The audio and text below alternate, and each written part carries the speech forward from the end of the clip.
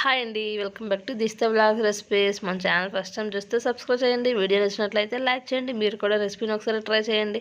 అలాగే సబ్స్క్రైబ్ చేసుకోవడం మర్చిపోకండి. ఈరోజు రెసిపీ గోంగూర పచ్చడి. సింపుల్గా చాలా టేస్టీగా ఎలా చేసుకోవాలని చూద్దాం. ఇప్పుడైతే ప్రాసెస్లోకి వెళ్దాం. స్టవ్ ఆన్ చేసుకొని ప్యాన్ పెట్టుకున్నాను. ఇప్పుడు ఇందులోకి ఒక 2 టేబుల్ స్పూన్ల ఆయిల్ అనేది వేసుకున్నాను. ఇక్కడ నేను 1 చెంచా ధనియాలు వేసాను, 1/2 చెంచా జీలకర్ర వేసాను. ఈ రెండు లైట్గా ఫ్రై అయినట్లుగా కలుపుకోవాలి. ఫ్లేమ్ని సిమ్లో పెట్టేసి ఇప్పుడు పుల్లగా ఉంటుంది కాబట్టి గోంగూర ఒక 10 పచ్చిమిర్చి ఇలా తీసుకొని ఇలా చీల్చుకొని వేసుకోండి. ఈ విధంగా ఒకసారి కలుపుకున్న తర్వాత ఇందులోకి 6-7 వెల్లుల్లి రెబ్బలు వేసుకోవాలి. వెల్లుల్లి రెబ్బలు తొక్కలు తీసి వేసుకోవాలి. ఈ విధంగా వేసుకొని ఒకసారి బాగా కలుపుకోవాలి. ఈ విధంగా కలుపుకున్న తర్వాత ఇందులోకి కొద్దిగా కరివేపాకు అనేది యాడ్ చేసుకోవాలి. కరివేపాకు యాడ్ చేసుకొని ఒకసారి బాగా కలుపుకొని 1 నిమిషం వేయించిన తర్వాత ఇవన్నీ ఫ్లేమ్ని సిమ్లో పెట్టేసి మిక్సీ జార్లోకి అనేది తీసుకోవాలి. ఈ విధంగా మిక్సీ జార్లోకి మొత్తంగా తీసేసుకోవాలి. ఫ్లేమ్ని అయితే సిమ్లో పెట్టేసి అదే ప్యాన్లోని ఇప్పుడు మనము అయితే ఉంచుకోవాలి.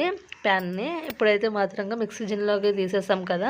ఇక్కడ నేను పుల్ల గోంగూర అంటే ఎర్ర గోంగూర తీసుకున్నాను. ఎర్ర గోంగూర అయితే పుల్లగా ఉంటుంది, తెల్ల గోంగూర అయితే పులుపు తక్కువగా ఉంటుంది. ఇక్కడ నేను 2 కట్టలు ఎర్ర గోంగూర అనేది తీసుకున్నాను. బాగా క్లీన్ చేసుకొని కడిగేసాను. ఇప్పుడైతే అదే ప్యాన్లోకి గోంగూర అనేది యాడ్ చేస్తున్నాను. మొత్తం గోంగూర అంతా యాడ్ చేసేసి సిమ్లో ఫ్లేమ్ పెట్టేసి మూత పెడుతున్నాను. ఒకసారి బాగా అడిచిన తర్వాత మూత పెడుతున్నాను. ఈలోపే మనం మిక్సీ జార్లోకి తీసుకున్నాం కదా ముందుగా ఫ్రై చేసినవి. ఇప్పుడైతే ఇందులోకి ఉప్పు కొద్దిగా గల్లుప్పు వేసేసి మూత పెట్టేసి మిక్సీ పట్టుకోవాలి. ఈ విధంగా మిక్సీ పట్టుకొని సైడ్ని పెట్టుకుందాము. ఇప్పుడైతే స్టవ్ మీద ఉన్న గోంగూరని ఎలా ఉందో చూద్దాము. ఇప్పుడు మూత తీసేసి ఒకసారి బాగా కలుపుకుంటున్నాను. గోంగూర మెత్తబడిందో లేదో చెక్ చేసుకుంటూ మొత్తం కలుపుకోవాలి. ఈ విధంగా మొత్తం కలుపుకుంటున్నాను. ఫ్లేమ్ని మీడియం టు హై ఫ్లేమ్ పెట్టేసి గోంగూర మొత్తం కలుపుకొని ఈ విధంగా గోంగూరలో ఉండే వాటర్ అంతా ఇంకిపోయి దగ్గరికి అయినంత వరకు బాగా చేసుకోవాలి. ఈ విధంగా చూడండి, గోంగూర అయితే చాలా దగ్గరికి అయిపోయింది కదా. ఇప్పుడైతే స్టవ్ ఆఫ్ చేసేసుకొని కొద్దిగా చల్లార్చిన తర్వాత మిక్సీ జార్లోకి తీసుకుంటున్నాను.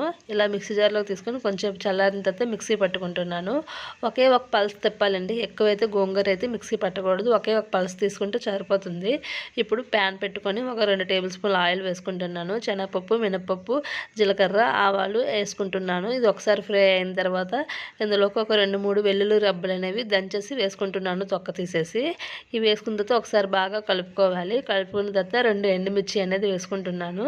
అలాగే 2 రెబ్బలు కరివేపాకు వేసుకొని బాగా కలుపుకొని గోంగూర మనం మిక్సీ పట్టిన గోంగూర అనేది ఇందులోకి వేసుకొని పోపు పెట్టేయడమని.